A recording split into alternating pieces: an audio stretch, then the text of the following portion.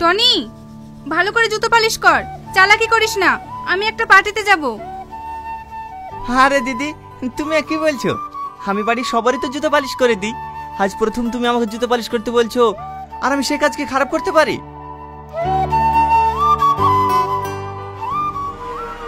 বাড়ির সব লোক মরে গেছে নাকি? আমি কলেজ থেকে একা হাঁটতে হাঁটতে বাড়ি আসছি, আমাকে আনতে যাওয়ার একটা লোক নাই। তুমি কি করছিলা? তুমি আনতে যেতে পারোনি? আমি দিদি জুতো পালিশ করছিলাম। তোমার জুতো পালিশটা আগে হলো, তাড়াতাড়ি উপরে আসো, কিছু কাজ বাকি আছে সেগুলো সারতে হবে। টনি, তুই তাড়াতাড়ি যা, তুই তো জানিস ও খুব রাগী মেয়ে। যদি ও কিছু বলে তাহলে কোনো প্রতিবাদ করবি না, চুপ করে থাকবি। আব্বা, তুমি তোমার ছোট মেয়েকে এত ভয় পাও কেন? ও নয় আমার জুতো পালিশ করে যাবে। তুই তো সবই জানিস মা, তোর ছোট বোন কত রাগী, একটু রেগে গেলে সব জিনিস ভেঙে তছনছ করে দেয়। তোর জুতোটা একটু পরেই পালিশ করে দেবে। হে টনি, তুই যা যা।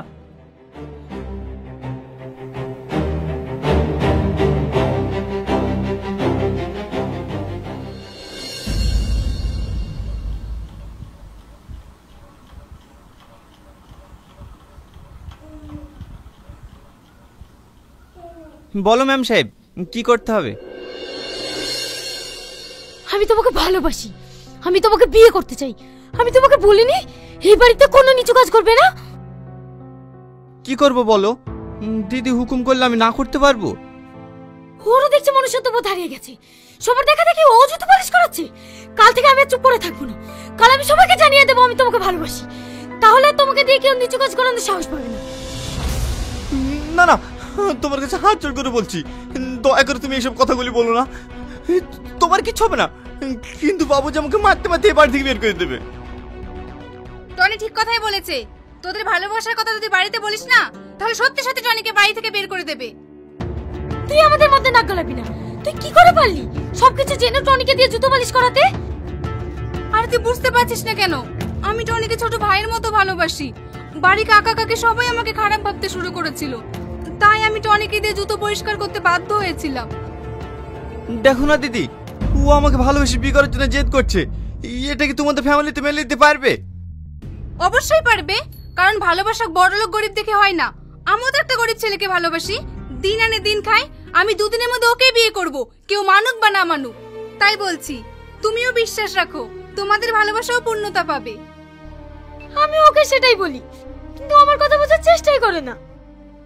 দেখো সালমা, তোমার আব্বা আমাকে এই বাড়িতে ছোট থেকে নিজের ছেলের মতো মানুষ করেছে, আর আমি তার সাথে এরকম বিশ্বাসঘাতকতা করি কিভাবে বলো? এতে বিশ্বাসঘাতকতার কি আছে? আমি তোমাকে ভালোবাসি, তুমি আমাকে বিয়ে করবা, সিম্পল। তুমি আমার কথা বুঝতে পারবে না, আমাকে বাতিল করতে যেতে হবে। আমি গেলাম।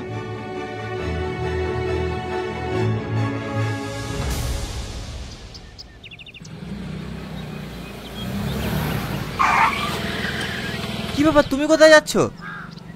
তোমাকে নিতে এসেছি, তাড়াতাড়ি গাড়িতে ওঠো। না না, আমি গাড়িতে উঠবো না। লোকে দেখলে কে কি ভাববে বলো তো? কে কি ভাবলো আর কে কি ভাবলো না ওসব আমি দেখতে যাবো না।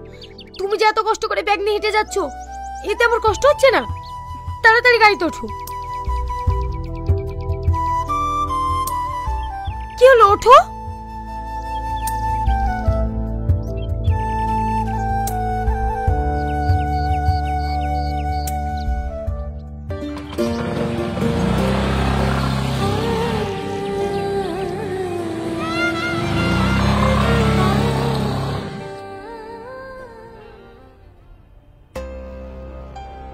আজ যে আমাদের মুখে চুনকালি দিয়ে তোমার মেয়ে একটা ভিখারি ছেলের সঙ্গে পালিয়ে গেছে, সব তোমাদের স্পর্ধার কারণে এত বড় কাজ করতে পেরেছে।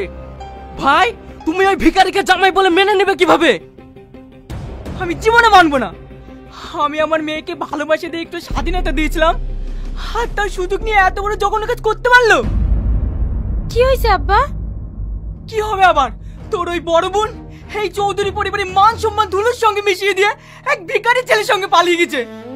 তোদেরকে আমি এত কষ্ট করে মানুষ করেছি, কোনোদিন কোনো কিছুর অভাব বুঝতে দিইনি। আচ্ছা, তুই কি পারবি এই পরিবারের মান সম্মান ধুলিস্যাৎ করে একটা ছেলে হাত ধরে পালিয়ে যেতে? জানি তুই পারবি না, কারণ সেই বিশ্বাস আমার আছে। আমার ওরকম মেয়ের কোনো দরকার নেই। আজ থেকে বাবু তুই আমার একমাত্র মেয়ে, আর ওই মেয়ে মরে গেছে। বাবুজি এরকম কথা বলবেন না, ও আপনার নিজের মেয়ে। দেখবেন একদিন সব ঠিক হয়ে যাবে। তুই চুপ কর, ও আমার মেয়ে না। আজ থেকে এই চৌধুরী পরিবারের সঙ্গে ওর কোনো সম্পর্ক নেই।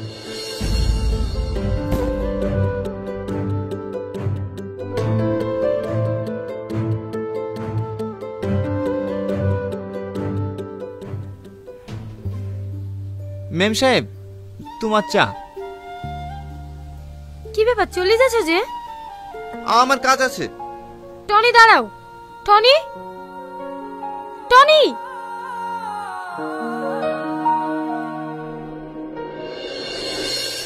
তুমি বসো, আমি তোমার জন্য খাবার নিয়ে আসছি। আজকে কি রান্না করেছো? পেঁপে সিদ্ধ আর ভাত। জানো, তোমার জন্য আমার খুব কষ্ট হয়। তুমি কত বড়লোক ঘরের মেয়ে, কত ভালো ভালো খাবার খেতে, কিন্তু আমাকে বিয়ে করে তুমি ঠিকমতো খেতেও পাও না। চুপ করো, খবরদারের কথা বলবো না। খাবারে কি যায় এসে বলো, আমি তোমাকে পেয়ে খুব খুশি আছি। দিদি। টনি আয় বস। বাড়ির সবাই ভালো আছে তো? হ্যাঁ ভালো আছি, তাড়াতাড়ি কিছু নিয়ে আসেন।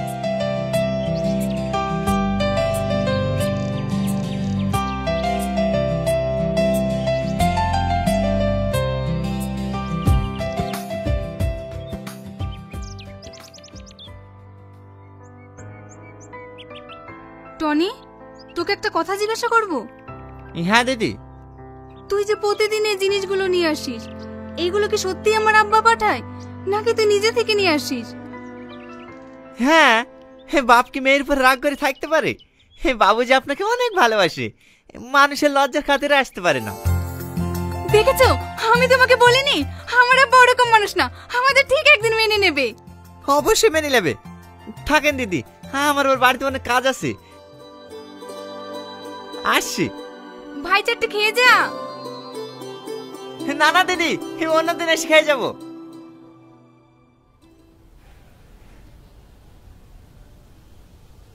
এই টনি দাঁড়া। বলেন বাবুজি। প্রতিদিন বাজার করতে গিয়ে তোর এত দেরি হয় কেন? সত্যি করে বল, তুই কোথায় যাস? না না বাবুজি, আমি কোথায় জানি তো, আমি বাজার করে চলে আসি। তুই ডাহা মিথ্যা কথা বলছিস। তুই ওই কুলাঙ্গারটার বাড়িতে যাস। না না বাবুজি, আপনার কোথায় ভুল হচ্ছে, আমি কেন ওদের বাড়িতে যাব? ঠিক আছে, আমি তোকে সাবধান করে দিলাম, যাস না যখন বলছিস। আমি যেন কোনোদিন শুনতে না পাই তুই ওদের বাড়িতে গিয়েছিস। এই শোনো, স্কুটিটা নোংরা হয়ে গেছে, চলো একটু ধুয়ে দাও গা। আজ তো কলেজ যাচ্ছ না, কালকে কলেজ যাওয়ার আগে আমি ধুয়ে দেবো। টনি,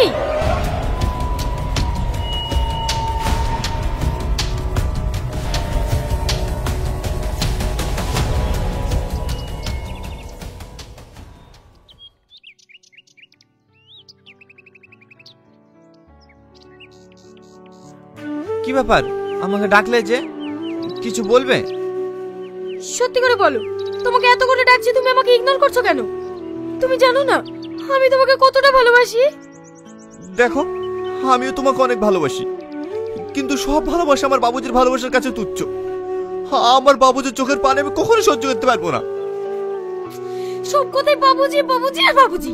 আমি একটা জিনিস বুঝতে পারি না, ওটা আমার বাপ না তোমার বাপ। দেখো, তোমাকে আমি খুব ভালোবাসি, আর তোমাকে বিয়ে করব। দেখো, আমি তোমাকে বিয়ে করতে পারবো না। বিয়ে করতে পারবে না তো? ঠিক আছে, আমি এক্ষুনি বলবো। সালমা, সালমা, তুমি পাগল হয়ে গেছো? তুমি দেখতে পাইছো না বাবুজি তোমার বড় বোনের জন্য প্রতিদিন চোখের পানি ফেলে? আমি এত তোমাকে পাওয়ার জন্য প্রতিদিন প্রতি মুহূর্তে চোখে জল ফেলি, তোমার কি আমার প্রতি একটু মায়া হয় না? হ্যাঁ গো, আমারও মায়া হয়, কিন্তু আমি তোমাকে এই মুহূর্তে বিয়ে করতে পারবো না, যতক্ষণ না আমি বাবুজিকে নারাজি করাতে পারছি। ঠিক আছে, তাই হবে, কিন্তু ততদিন তুমি আমাকে ভালোবেসে কথা বলবে, আমি তাতেই খুশি থাকবো। ঠিক আছে, আমি তোমাকে আর কোনোদিন কষ্ট দেবো না। I love you.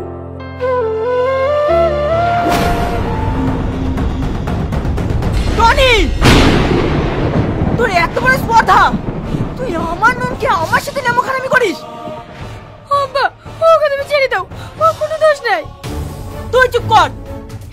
আমি দুধ কলা দিয়ে কাল সব পুষেছিলাম। এই বদমাইশকে আমার খুব ভালোভাবে জানা হয়ে গেছে। ওর টাকার প্রতি লোভ হয়েছে, তাই তোর মতো নিষ্পাপ মেয়েকে প্রেমের জালে ফাঁসিয়ে আমার কাছ থেকে টাকা উসুল করতে চাই। এই বল, কত টাকার বিনিময়ে আমার মেয়ের জীবন থেকে সরে যাবি? আব্বা তুমি ওকে ভুল ভাবছো। ও আমাকে টাকার বিনিময়ে না, ও আমাকে সত্যি সত্যি ভালোবাসে। দাঁড়াও সালমা, তোমার আব্বাকে বলো 10 লাখ টাকা দিলে আমি তোমার জীবন থেকে চলে যাব। তুমি এটা কি বলছো? হ্যাঁ আমি ঠিকই বলছি, 10 লাখ টাকা পেলে আমার আর কিছু চাই না। দেখলি সালমা, এই বেঈমানকে আমি হারে হারে চিনে গেছি। তোকে আমি 10 লাখ টাকা দেবো, আইনি চাই। তুই মানুষ না জানোয়ার। তোকে আমি এত ভালোবেসে এত বিশ্বাস করে আমার জীবনের সব কিছু উৎসর্গ করে দিয়েছি, আর সেই তুই সামান্য কিছু টাকার লোভে আমার ভালোবাসা বিক্রি করে দিলি। চিটরে চি, তুই করে আমার চোখের সামনে দেখে দূরা। তোর মুখ দেখতে আমার ঘৃণা লাগছে।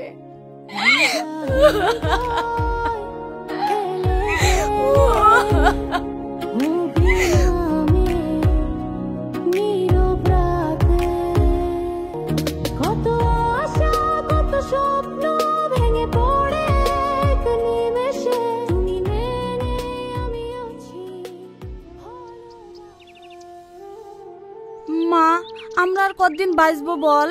আমরা মরার আগে তোর বিয়েটা জানে দেখে যেতে পারি। তুই বিয়েতে রাজি হয়ে যা মা। না গো, ওকে জোর করো না।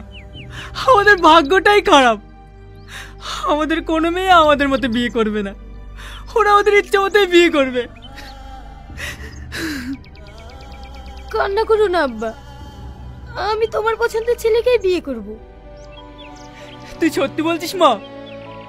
কিন্তু আমার একটা শর্ত আছে। কি শর্ত মা, তুই বল। আমার বিয়েতে আমার বড় বোনকে এই বাড়িতে আনতে হবে।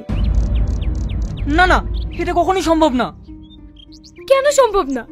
ও তো তোমারই মেয়ে, ভুল নয় করেই ফেলেছে, তাই বলে ওর ক্ষমা হবে না? ওগো তুমি আর অমত করো না, বুড়ি ঠিকই বলছে, ও তো আমাদেরই মেয়ে। ঠিক আছে, তাই হবে। আমার একটা ভালো ছেলে দেখা আছে, তোর আমি 1 সপ্তাহের মধ্যে বিয়ে দেবো। আর তুই তোর বোন আর জামাইবাবুকে নেমন্তন্ন করে আসিস। ঠিক আছে আব্বা।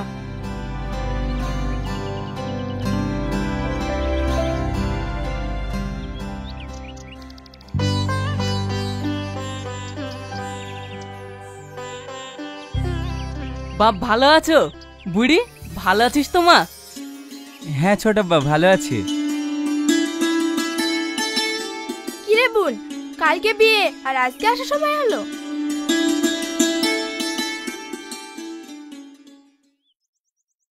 আব্বা ভালো আছো? হ্যাঁ ভালো আছি।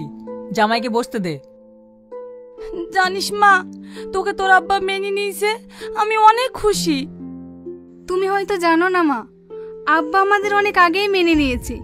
শুধু মান সম্মানের ভয়ে তোমাদের কাউকে কিছু বলতে পারিনি। আব্বা ছিল বলে আমি আমার সংসারে কোনোদিনও অভাব বুঝতে পারিনি। আমি আবার তোদের জন্য কি করেছি? কেন, টনিকে দিয়ে যে প্রতি সপ্তাহে সপ্তাহে খাবার পাঠিয়ে দিতে, সেইগুলো? আমি টনির হাতে খাবার পাঠিয়েছি? দেখ মা, তোর হয়তো কোথাও ভুল হচ্ছে। আব্বা তুমি আর কত লোকাবে বলো? আজ আমি তোমার জন্যই বেঁচে আছি। তুমি যদি টনির হাত দিয়ে 10 লাখ টাকা না পাঠাতে, তাহলে হয়তো আজ আমি আর বেঁচে থাকতাম না। আমি তোকে 10 লক্ষ টাকা দিয়েছি? আমি তো কিছুই বুঝতে পারছি না। কি হয়েছে মা, তুই আমাকে সব খুলে বলতো। একদিন আমার পেটে প্রচন্ড যন্ত্রণা করছিল, তারপর টনি। আমার পেটে খুব যন্ত্রণা করছে, আমি বোধহয় বাঁচবো না। ও মা গো! আপনার কিচ্ছু হবে না, আপনি একটু শান্ত হন। ডাক্তার বাবু, আমার দিদিকে একটু দেখেন। আমার খুব কষ্ট হচ্ছে, আমি থাকতে পারছি না, খুব কষ্ট হচ্ছে আমার। আমার দিদি কি হয়েছে ডাক্তার বাবু? দেখুন, এই মুহূর্তে কিছু বলা যাচ্ছে না, তাড়াতাড়ি এনার পেটের ছবি করতে হবে।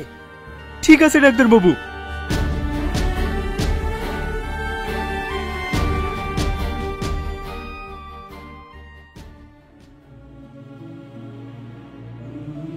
ডাক্তার বাবু, আমার স্ত্রী কি হয়েছে? ইনার দুটো কিডনি 70% ড্যামেজ হয়ে গেছে, তাড়াতাড়ি অপারেশন করতে হবে, না হলে বাঁচানো যাবে না। অপারেশন করতে কত টাকা লাগবে ডাক্তারবাবু? প্রায় 10 লাখ টাকা। আপনি তাড়াতাড়ি ম্যানেজ করুন। 10 লাখ টাকা? আমি আর মনে হয় তোমাকে বাঁচাতে পারবো না গো। আমি এখন 10 লাখ টাকা কোথায় পাবো? কান্না করেন না জামাই বাবু, আমি আমার দিদির জন্য যেভাবে হোক টাকা ম্যানেজ করবো। তারপরও 10 লাখ টাকা নিয়ে আসি, আর টাকাটা দেওয়ার সময় জানাই ওই টাকাটা নাকি তুমি দিয়েছো।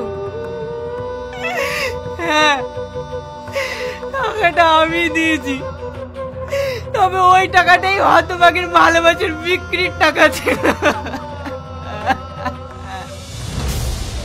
এ তুমি কি বলছো আব্বা? আমার টনি ভাই কোথায়? কি হলো আব্বা বলো?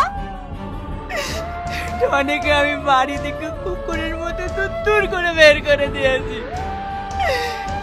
আমি নিজের মেয়েকে যতটা না ভালোবাসতে পেরেছি, ও তার চেয়েও তোকে বেশি ভালোবেসে তোর কোনোদিন অভাব বুঝতে দেয়নি। আব্বা তুমি কান্না করো না, তোমাকে শক্ত হতে হবে। কালকে যে আমার বিয়ে। না না, আমি এই বিয়ে দেবো না। আমি ওই হীরের টুকরো ছেলে টনির সঙ্গে তোর বিয়ে দেবো। চ, এখনই টনিকে ফিরিয়ে নিয়ে আসতে হবে।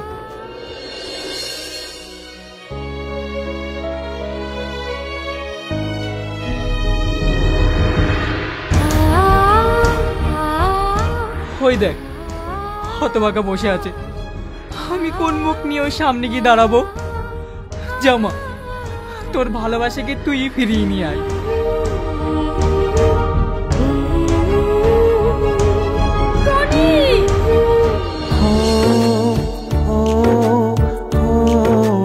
সালমা, আমি তোমাকে ভুল বুঝেছি টনি, তুমি আমাকে ক্ষমা করে দিও। I love you. আমি তোমাকে অনেক ভালোবাসি সালমা।